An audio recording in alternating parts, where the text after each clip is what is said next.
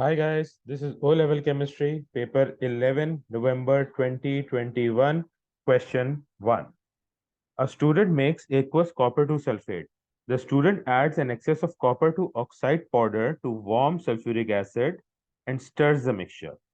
Which apparatus should be used to separate aqueous copper to sulfate from excess copper to oxide? Now, we need to recall that copper to oxide is not a soluble salt.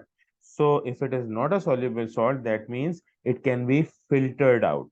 So what piece of apparatus should be used to separate it from the copper sulfate that is produced? Now copper sulfate is soluble because the question itself states it is aqueous, right? So in order to separate precipitate from a solution, we need to filter it.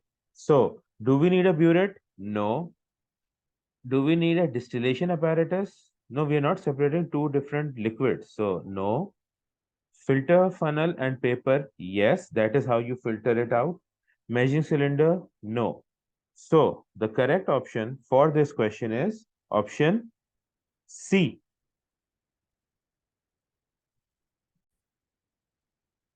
Question 2. A student follows the rate of the reaction between marble chips, calcium carbonate, and dilute hydrochloric acid.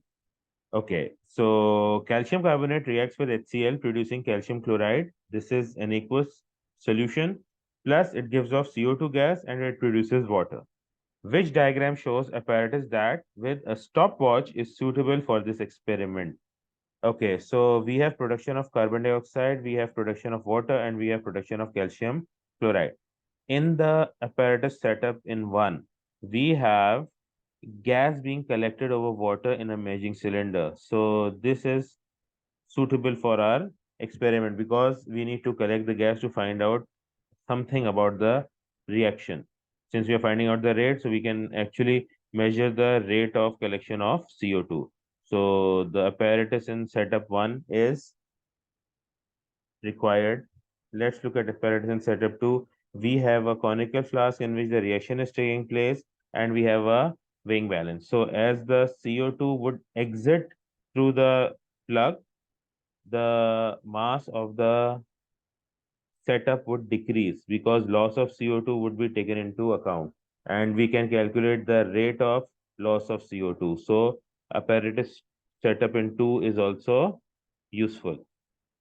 3, we have hydrochloric acid in a burette and marble chips in a conical flask. So when we open the tap and let HCl into the conical flask, the reaction will occur, but the CO2 would be lost. There is no portion in this apparatus for collecting the CO2 or measuring the mass loss. So this setup for our purpose is not required. So apparatus setup 1 and 2 are suitable, which makes option B the correct option for this question. Question 3. A mixture of three liquids is separated by fractional distillation. Which statements are correct?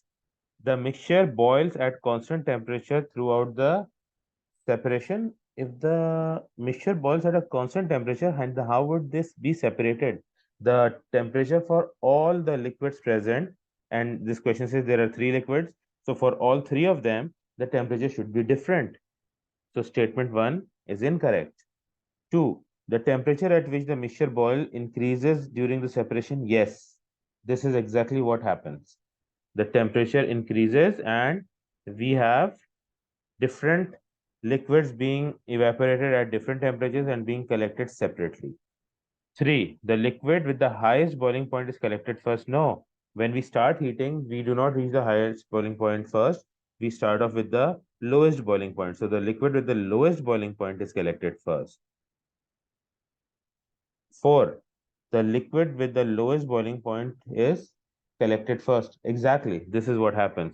So out of these four statements, statements 2 and 4 are correct, which makes option D the correct option for this question.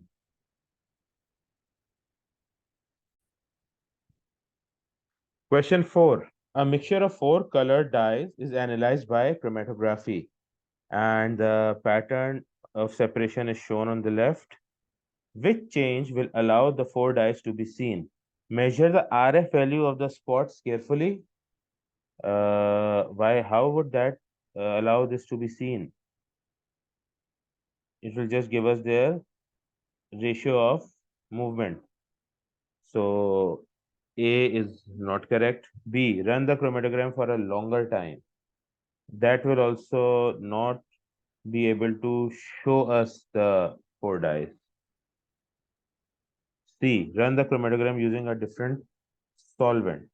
Yes, because right now we have only three spots visible and we need to have four different spots visible. That means two spots are positioned at the same place using the current solvent.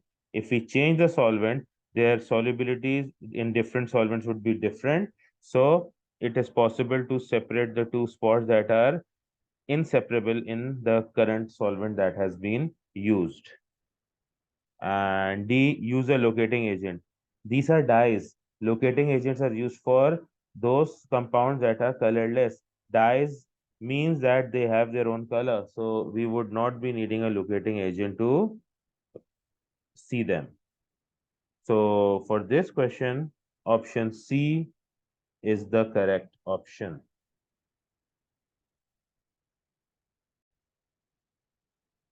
Question 5. A compound X, when heated with an aqueous solution of compound Y, produces a gas that turns red litmus blue.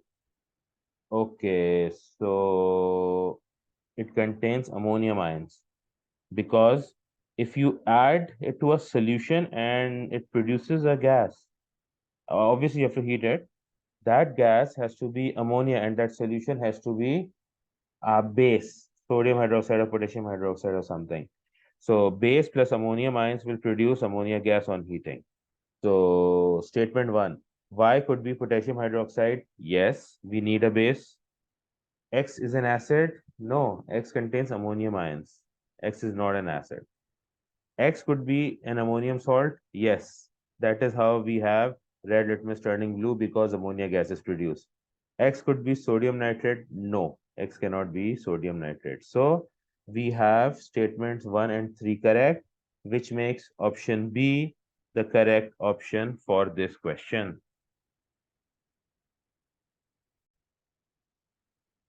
Question 6. An aqueous solution of zinc chloride is tested by adding reagents. Okay, which observation is correct?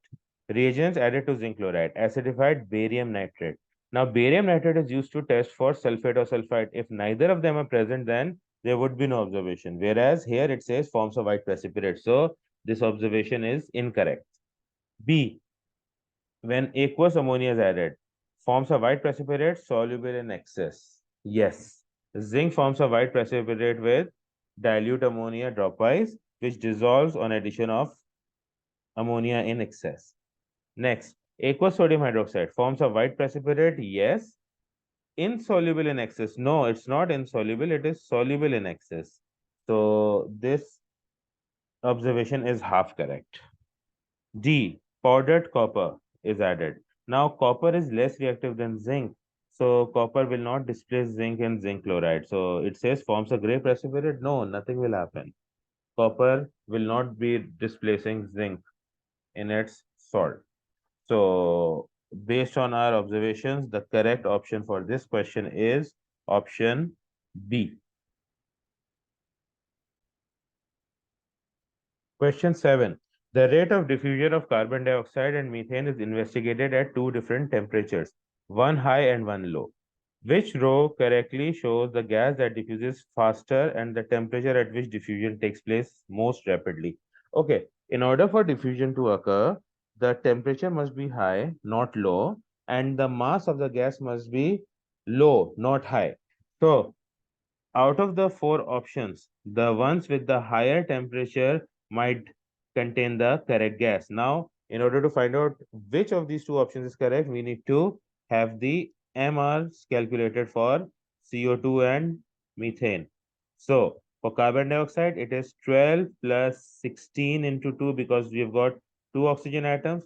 And for carbon, it is 12 plus 4, carbon and for hydrogen, methane. So the MR of methane is 16, whereas the MR of carbon dioxide would be 12 plus 32, which would give us a value of 44. So the MR of carbon dioxide is high as compared to methane, which has a lower MR.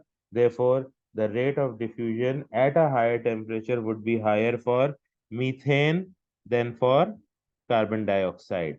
This makes option C the correct option for this question. Question 8. Which statement about atoms and ions is correct? Atoms and ions of the same element must have different number of neutrons. No, they must have same number of neutrons.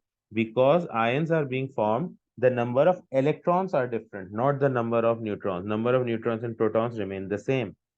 B. Isotopes of different elements must have different number of neutrons. No, isotopes of the same element must have different number of neutrons. That is the definition of isotope. So this is also wrong. See, the charge on a positive ion is equal to nucleon number minus number of neutrons minus number of electrons. Yes, because the nucleon number is the number of neutrons plus number of protons. And for any atom, the number of protons is equal to the number of electrons. So if we minus the number of protons, we are actually subtracting the number of electrons that are present in the atom. If there is any difference in the number of electrons, that would be the result that we obtain as the remaining value, and those are the number of electrons or protons that are either lost or gained. And in this case, since it's a positive ion, that would be the number of electrons lost. So this calculation that they have given here is correct. D. The number of protons and number of neutrons in an atom must be the same. No, number of protons and number of neutrons may or may not be the same in an atom. There is no fixed rule that they should be the same. So this makes option C the correct option for this question. Question 9. The bonding in a molecule of carbon dioxide can be represented by a dot and cross diagram. Which diagram is correct? So, for the structure of CO2, we need to know that carbon being in group 4 will have 4 outermost electrons, all 4 of which will take part in covalent bonding with two different oxygen atoms. Now, oxygen belong to group 6. So, two of the electrons of each oxygen take part in covalent bonding, whereas each oxygen atom has 4 electrons that are not involved in bonding remaining. So, this should be the dot and cross structure of carbon dioxide. Now, let's compare this to the ones drawn. In A, they have shown that there are two shared pairs of electrons with between carbon and oxygen on either side, which is correct. And both the oxygen atoms have two pairs of electrons remaining. So A is the correct structure here. What is wrong with B? B has a single bond, a bonding pair of electron on either side of CO2, which is wrong. And carbon is having two pairs of unbonded electrons, which is also wrong. In C, we have got two carbon atoms and one oxygen atom. So this is not CO2, this is OC2. So this is completely wrong. And in D, we have got two bonds forming with between each carbon and oxygen atom, but the oxygen atoms do not have any unbonded electrons present, which makes this incorrect as well.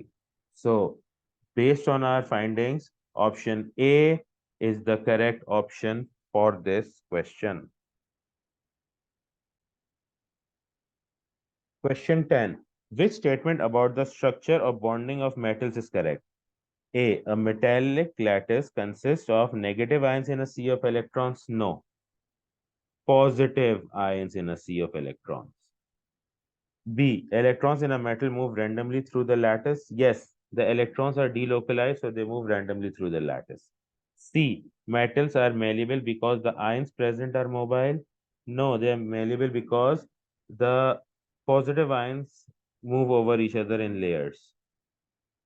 D. The ions in a metal move when positive and negative electrodes are attached. No, the ions in a metal do not move. They are in their place. The electrons are delocalized. They move in the metallic lattice. So this makes option B the correct option for this question.